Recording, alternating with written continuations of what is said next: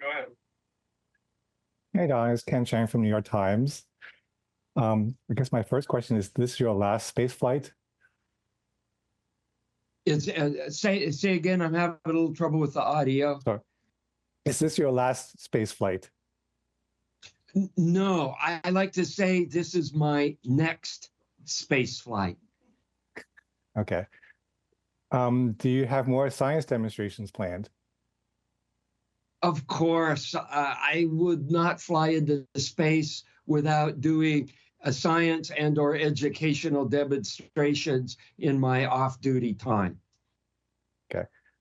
I actually want to go back to your first space flight, and this was probably the hardest day of your career. Can you describe what happened on February 1st, 2003 for you? First, when we found out General Howell got us on the space to ground and said they'd lost the crew. And it took me a while to figure out, what do you mean you lose the crew? They're just, I was thinking loss of radio comm or something. And then when it finally became apparent that it was like loss of vehicle and crew, first it was shock. And then it was like, well, we've got parachutes, we've got escape means, maybe there's still some crew possibility of crew survivability, and then the reality of the situation sunk in. Space travel in today's era has a certain measure of risk, and you just have to be willing to accept that. But you were really stranded on ISS because your ride for going back to Earth wasn't going to come. I mean, you had the Soyuz, but you had to wait till someone else came up to replace you. Yes, it's just sort of normal to be on space station, and you will always have a vehicle in which to return to Earth in, and we wanted to do a crew handover, because if we left a space station, there wouldn't be any crew on there. So we extended our mission until the next crew could come up. So how long was it that you didn't know how long were going to stay in space? As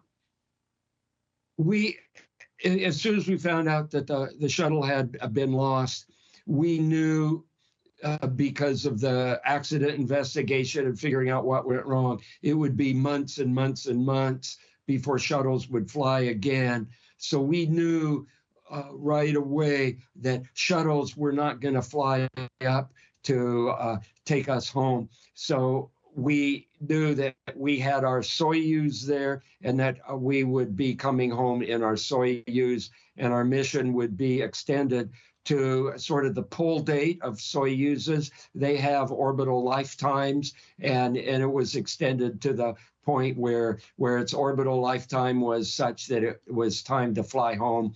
And then the next Soyuz flew up, and I think we had six or 8 days of crew handover before we, in turn, returned to Earth.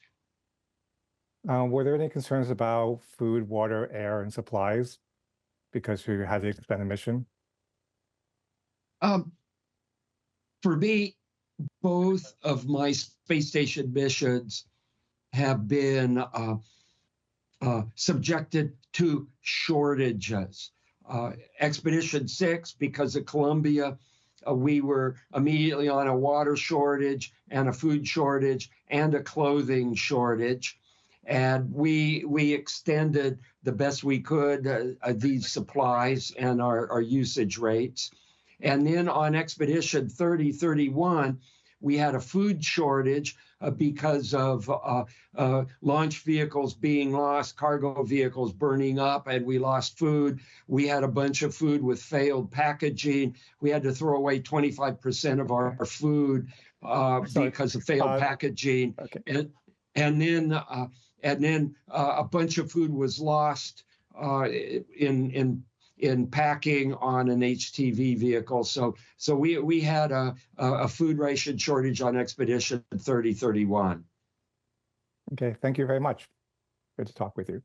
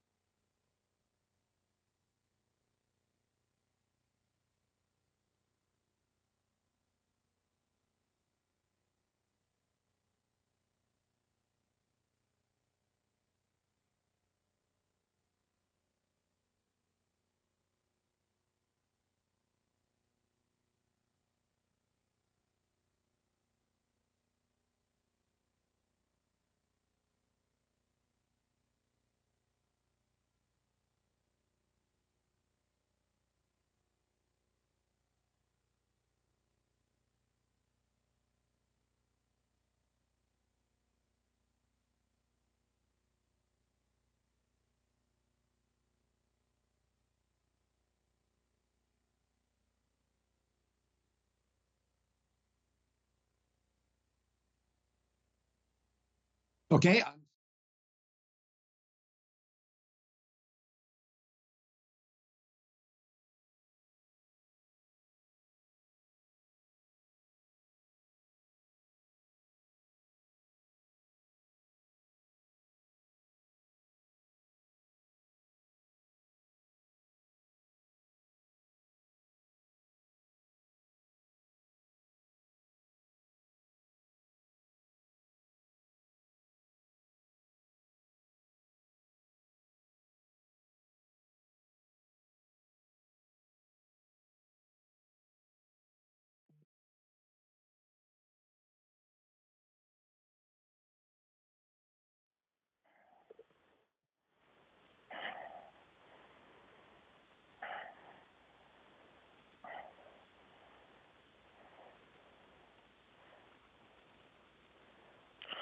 Hi, Don. It's Robert Perlman with CollectSpace.com.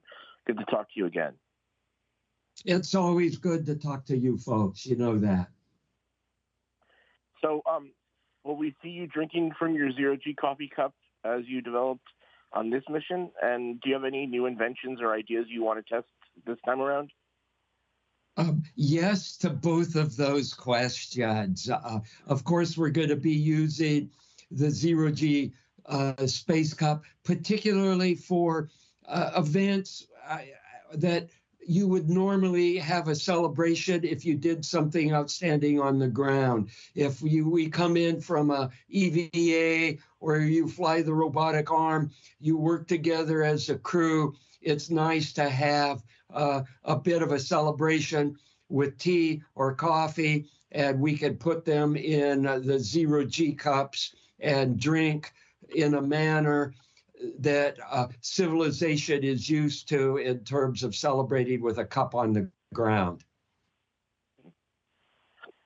When I spoke to the members of Crew 9, they credited you with the design of the Expedition 72 patch, as I see you're wearing. It is striking for its simplicity, being only a rendering of the ISS. Can you share your thoughts behind the design? Yes, I can.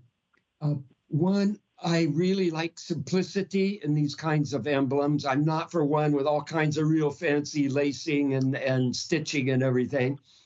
And I like the Expedition 1 patch. So I told the NASA graphic designer to make an Expedition 1 type patch, make it round instead of rectangular, but bring the configuration, a space station, up to date. And he did that, Sean Collins did, and he even put the IROSA solar panel upgrades on the profile of station in their proper location. So I like the simplicity of this patch. Great. Knowing your interest in photography, there was recent news about the Sphere in Las Vegas launching the Big Sky camera to the ISS. Will you have a chance to use it? Yes, I've gone through special training with the Sphere camera people, and we've kind of go back and forth in terms of here's their idea of what they want, but then I could talk about maybe some of the seeds and concepts that we should check out on station with this camera and within its realm of resolution and light gathering ability. So I'm looking forward to operating the Sphere camera, and it will be interesting to see what kind of footage we can shoot on space station. Last question. You'll be reunited on orbit with your previous crewmate, Oleg Kononenko, as he wraps up his fifth spaceflight totaling more than 1,000 days in space. As you embark on your fourth mission with 370 days to your credit, can you imagine and would you want to spend that much time away from Earth? Oh, I would love to spend as much time as possible in space, either on a space station platform orbiting Earth or going elsewhere. So people have asked me if this is my last flight, and I tell them, no, this is my next flight. So who knows what the future might bring. Great. And I'll sneak in one more. How do you expect the space station to be different from the last time you were there? I've asked that question with both Mike Barrett and Tracy Caldwell Dyson, because both of them have been over 10 years since the last time they've been on station. And I was surprised at their answer. They said station is cleaner, more organized, and the software tools we have for stowage and for doing inventory management and even operating our days through the scheduled timeline, these tools, these software tools, are so much more efficient than what we've had in the past. They were impressed with the efficiencies of operation on space station compared to how it was 10, 12, and in some cases 14 years ago. Thank you.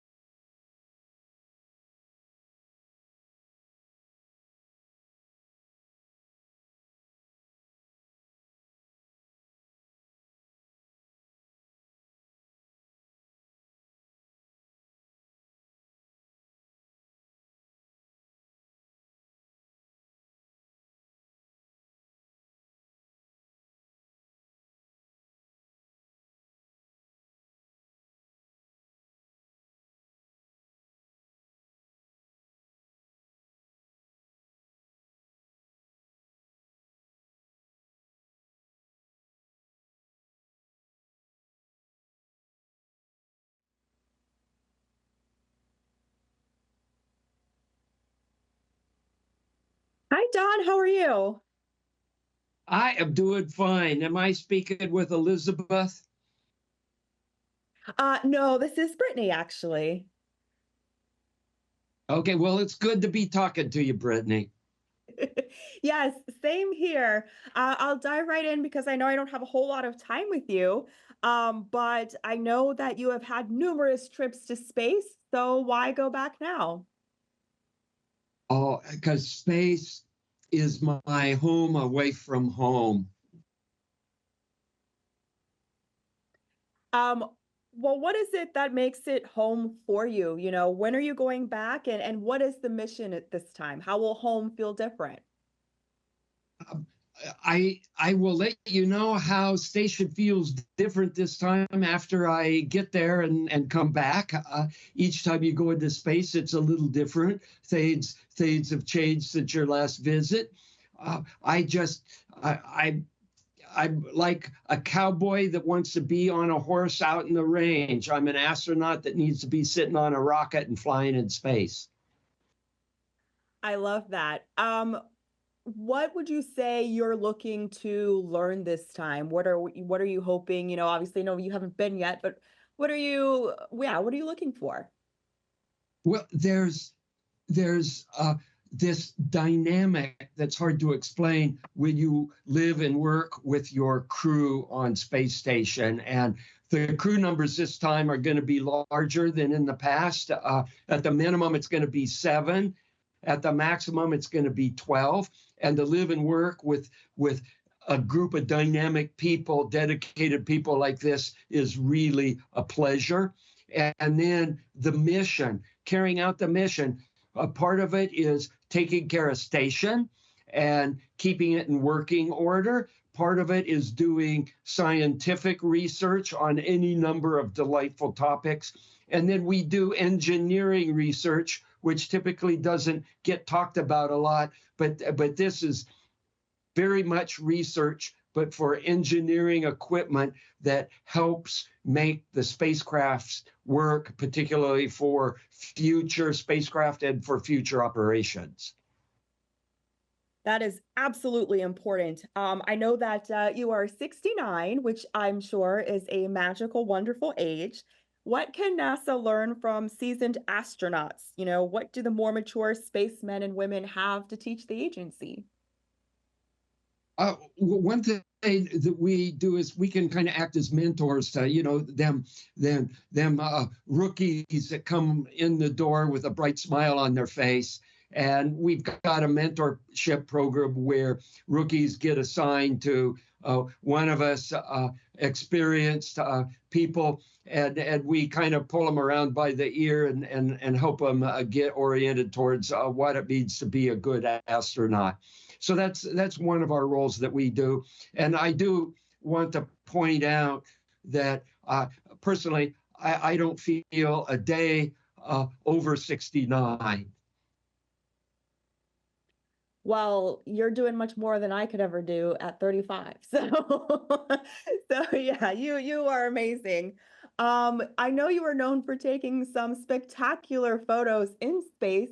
Can you talk about what goes into capturing that and what are some of your favorites or your highlights? Well, one of my specialties is imagery at nighttime.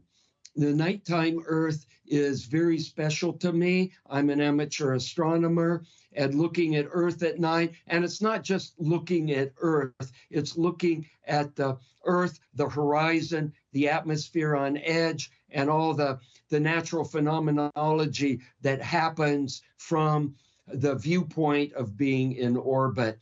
And I'm really looking forward to advancing the imagery of nighttime. And I've actually talked NASA into flying a number of new lenses highly optimized for nighttime imagery. And they just arrived on station with NG-21. So I'm looking forward to putting these nighttime optimized lenses to use. Very cool. Don, thank you so much. I can't believe our time has flown like a light year. That's a bad space joke, but thanks so much for taking the time to talk to me this morning. You take care. It's always good to talk to you folks. Same.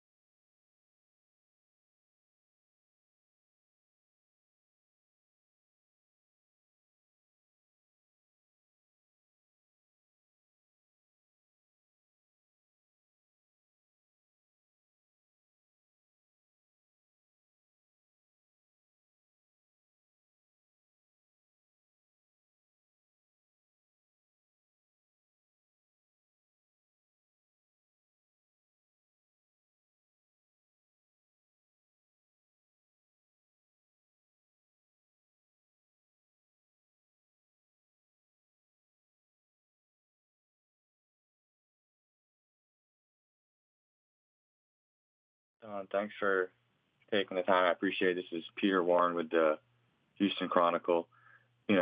Why is now the right time for you to go back to space after more than a decade away? The short answer to that question is we have some form of a line in the astronaut office, and my turn showed up at the head of the line, and here I am training in space to fly back to the space station. What are some of the biggest changes that have happened in those 12 years away that you've had to get readjusted to? Space station has a new module or two added to it, mostly in the Russian segment. And I've talked to the crew that's currently on orbit. Some of the crew members have been 10 to 14 years since their last mission, and asked them what has changed. And they've said that its station is cleaner, more organized, and the software tools that we have are more effective and allow the crew to work more efficiently. For example, our scheduling tool and our stowage tool and our inventory management tools, these things have been improved so that the crews can actually work more efficiently than, say, we were able to do 10 to 14 years ago. How exciting is that for you to be able to potentially do a lot more than you might have done in previous missions? Yeah, I'm really excited about returning to station, and I plan to tackle the mission work as scheduled, and then in off-duty time we can look out the window and I could work on some of my photography. So I'm really looking forward to getting back to station and doing this mission with the cadre of crew that I'm going to be on station with. Yeah. What excites you most about the stuff you'll be doing, both as part of the mission and in your off time? There's a couple of really neat programmatic experiments going on station right now. One of them has to do with nanoparticles. They're called Janus particles, named after the Greek god of gates. And these are particles that are nanotubes, and they act like synthetic stem cells. And the experiment is to see if you could make these in a way that will help regenerate tissue that normally doesn't get regenerated, like cartilage in joints. So I'm really looking forward to working on that experiment. And then for off-duty time when you relax, I'm looking forward to doing more imagery at nighttime for Earth and the near-Earth vicinity. Have you missed being up in space? Oh, I miss being up in space every day. I feel like the equivalent of a cowboy that should be out on the range riding a horse, and instead I'm flying a desk. And it's nice to be getting back on the horse and going out in the range again. Mm-hmm. When you get back, do you think it'll be sort of like going back to an old vacation spot, going back to an old home, going back to an old office? How do you imagine it's going to feel? It's going to be going back to a complicated vehicle that's in a harsh environment, and there's a certain level of seriousness about realizing where you are, and you have this complex vehicle that actually keeps you alive, and you need to take care of the vehicle, and then you focus on whatever the mission work is in terms of the scientific research and the engineering research. Awesome. Well, I appreciate you taking the time to speak with me, and have fun up in space. I plan to live this mission to the full extent of what is possible. Thank you for being there. I like talking to you folks. Thank you.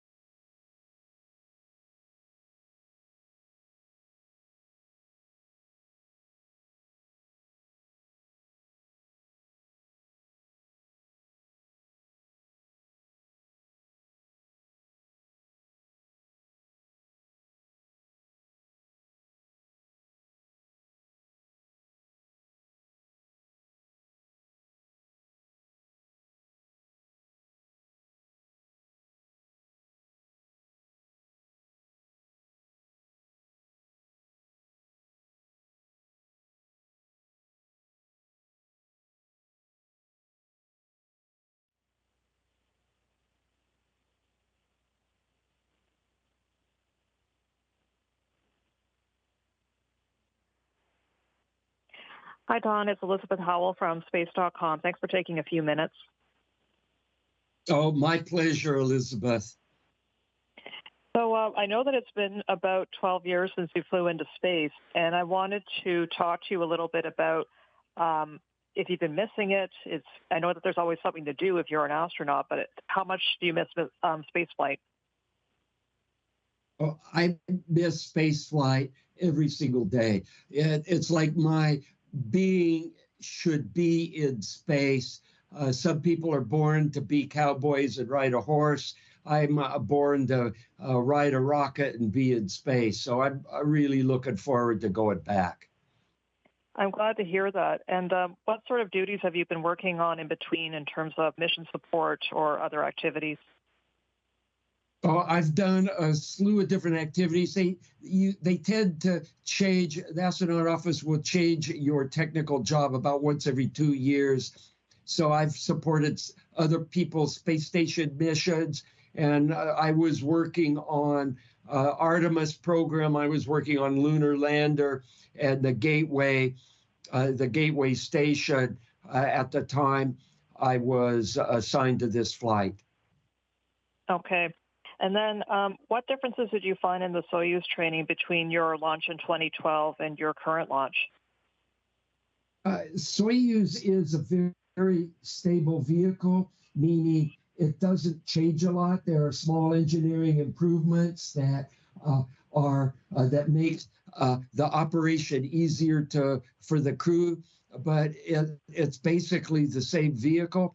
and the training has a lot of similarities. Some of my instructors I've had since 1999. So it's almost like going back to family when I come to Star City to train to fly in Soyuz. That's wonderful. And that actually kind of brings me on to your next question. So given that this is going to be, I think, your fourth mission in space, how are you building on the experience of the last 3 times as an astronaut to be continuing to grow as a person and as an astronaut while you're working up there? I think it just could be, you could just call it experience. I know what kind of food, when asked what kind of menu would you like, I know the kind of food that doesn't taste very good, I don't want that. And then I know the kind of food that tastes yummy on station. And I know what kind of clothing feels good. And so I just know what to ask for in terms of crew equipment and crew support. And I also know how to best operate efficiently on station when it comes time to do your daily tasking. And in terms of the photography that I know you're going to be doing up there, how have you been training yourself or sort of increasing your experience of photography during your gap of time between those 2 last missions? Oh, the way you do that is you're always taking photographs, and NASA has the training camera equipment that we can check out and use. And we've got pretty sophisticated professional level cameras, and you can't have a training, 1 or 2 hours of training, and then 2 years later, pick that camera up and be an expert at using it. You need to use it, at least for me, on a weekly basis. So I seem to always have camera equipment checked out from NASA, and I'm always using it. I'll set it up in my backyard for doing nighttime astrophotography. We've got a number of new lenses on orbit that are optimized for nighttime imagery. I'm really looking forward to getting back on station and taking nighttime imagery to a new level. And just quickly for the last question, are there any targets in particular or types of photographs you're hoping to do besides obviously the night photography? One is images, solar imagery. We've got full aperture solar filters for our telephoto lenses, which are actually small astronomy telescopes. And it allows you to do imagery of the sun. And the sun is very active now. It's near solar max. And then imagery, particularly cities at night. We've got another lens that's optimized for doing city at nighttime imagery, and I'm thinking it should open up the quality of the nighttime imagery that we could do from space station. So I'm really looking forward to both of those individual activities, along with whatever other imagery that just comes to mind, because you are there and you can. Thank you very, very much for your time, and good luck. Have fun up there. I sure will. And you folks take care. Bye now. Bye.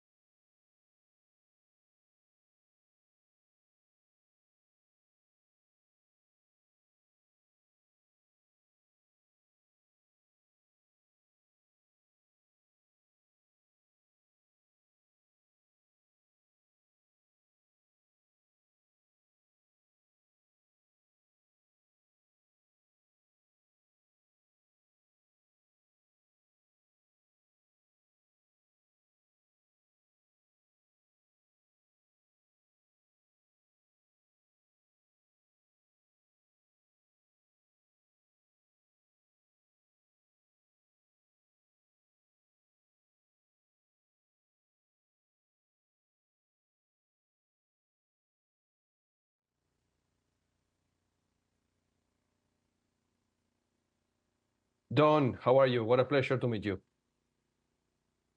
It's a pleasure to be talking with you, Manuel. Thank you. You know, I cover the space program in Spanish, based here in Cape Canaveral, and it's a pleasure. I admire your work. You know, a few months back, I'm going to ask you the same question I did to Tracy Caldwell Dyson. You're flying to space again after 12 years. She did it after 14 years. And I asked her, what is it that the first thing you're going to do as soon as Hatcher opened, besides hugging your crewmates? And she told me, I'm going directly to the cupola. Are you going to do the same thing?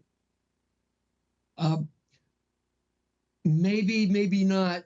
When Tracy launched, she ended up doing the 2-day profile. I'm hoping to be able to do the 2-orbit profile. And after the hatches are open and we've done all our congratulatory hugs of our crewmates, I'm probably going to make a beeline straight for the toilet. And then the cupola. Toilet is important. I give you that, yes. How does it feel? You're going back after 12 years. Do you have thoughts every time you see images of the space station or rotation crews over the years and says, oh, I imagine how things are going over there, how things have changed. Do you think about that a lot? I see. I've been working the space station program, helping other crews technically on their mission over the last 12 years. Also working on the Artemis program for the lunar lander and Gateway. And when I see the imagery coming down from space station and I'm doing my ground job, I can't help but think, man, I want to go back there. I need to go back there. And now I am so excited that I have a chance to go back to space station after 12 years. And I'm looking forward to doing the mission work and then being able to do a few things during our off-duty time. You know, I'm also very happy you're going back. I'm as a photographer myself, based here in Cape Canaveral, I'm always setting remotes in the launch pads and trying to capture the space missions the best as I could. And you know, sometimes I imagine the photos before I take them. So I plan them in my mind. So I wonder if you do the same, if you already have in mind what photographs are you going to take in your next mission, or it's a combination of going with the flow because always things happens in a second. So how is that you are planning your photography for your next mission? You are right in that there are specific instances of photography that I want to capture, and I'm planning and scheming how best to set our new camera systems up in order to capture what I want. But there's another category of photography where you are there and you can, and the environment presents something to you that you've never thought of before or you've never seen before, and you want to capture that. And so I'm planning to do both. A few standard scenes or scenes that I want to try to capture, and then take advantage of whatever observations I can make simply because I am there.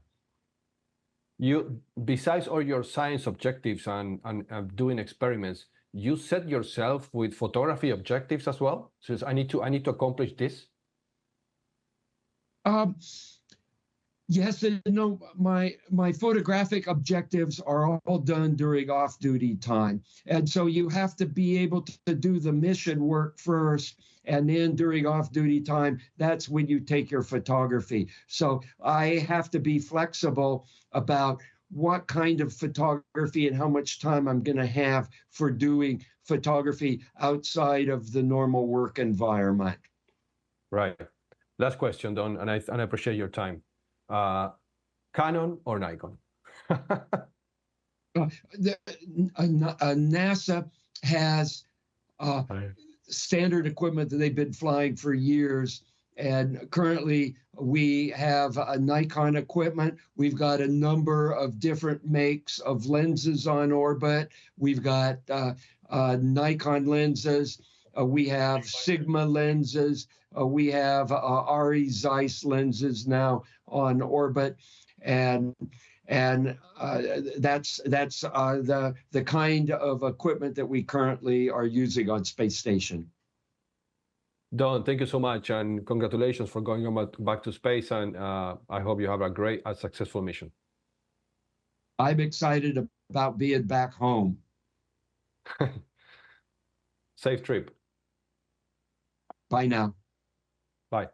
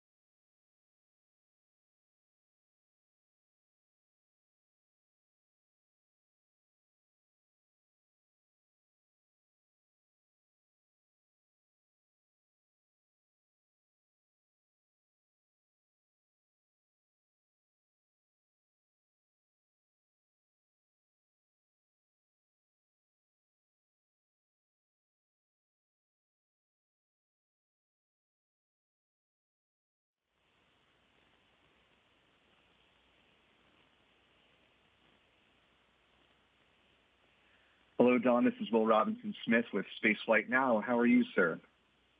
I am doing fine, Will. Good to be talking to you. Likewise. Want to start off with a question that, a lot of people have been talking about your photography, but want to point back to a tweet that you sent out last night, noting that you took the 1 millionth photo on the ISS back in 2012.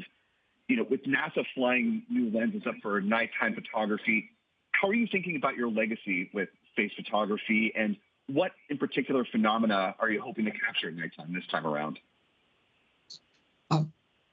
One aspect about the number of pictures, I want to do a good job of photography and capturing the seeds. I'm not there to try to see who can take the greatest number of photos. I want to make sure that I capture interesting phenomenon, particularly at nighttime. One phenomenon that has recently come about that I really want to see if I can capture, and that is this atmospheric phenomenon typically associated with aurora called STEVE, capitals, all of them. It's an acronym, and it's an elusive thing that maybe 2017 people started to find images with this STEVE, a glowing phenomenon in the atmosphere. And I've looked back at a lot of my expedition, 31 images, to see if I inadvertently captured STEVE. And so far I have not seen any imagery with STEVE. both from my mission and from missions since then. So I'm hoping to really see if I can capture a large scale view of the Steve phenomena. Well, best of luck in making that happen this time around. Given that you've been a member of the astronaut corps for now nearly 30 years and flying for the last 20, in your mind, what's been the most profound change regarding human spaceflight? The most profound change, I think, is the frequency that we are, the frequency and number of people that are flying in space right now. Partly due to our international partners, partly due to the commercial providers that we now have, and then the private astronauts that are flying up and down into space. I think space is a hopping place right now. It is starting to open up like the Wild West. And I think we are going to see an incredible expansion of humans living and working in an orbital environment, and then eventually beyond Earth. And this is a direction I think is fantastic for humanity. And you know, the last time I saw you was during the rollout of the SLS rocket and of Artemis 1 launch. Can you talk about some of the work you've been doing connected to the human landing system and other parts of Artemis? I was assigned, before this flight, I was assigned as a technical astronaut working on the Gateway program and on the lunar lander. And as such, we would go to engineering meetings where they were talking about the requirements, like should we put a window in the spacecraft or should we not have any windows?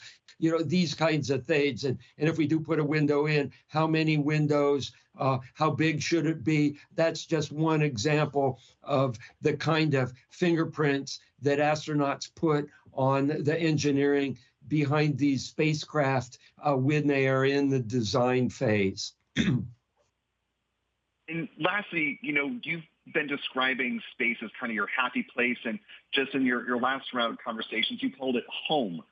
What is it about space that brings you such joy, Don? It's just some factor within me that I come alive when I'm in orbit. Not that I'm no less alive when I'm on the surface of Earth, but there's just a certain facet of when I go into space that just fundamentally is on resonance with my soul. And I feel extremely fortunate and am pleased and excited that I have another opportunity to fly into space. Best of luck, sir. Thank you for your time. You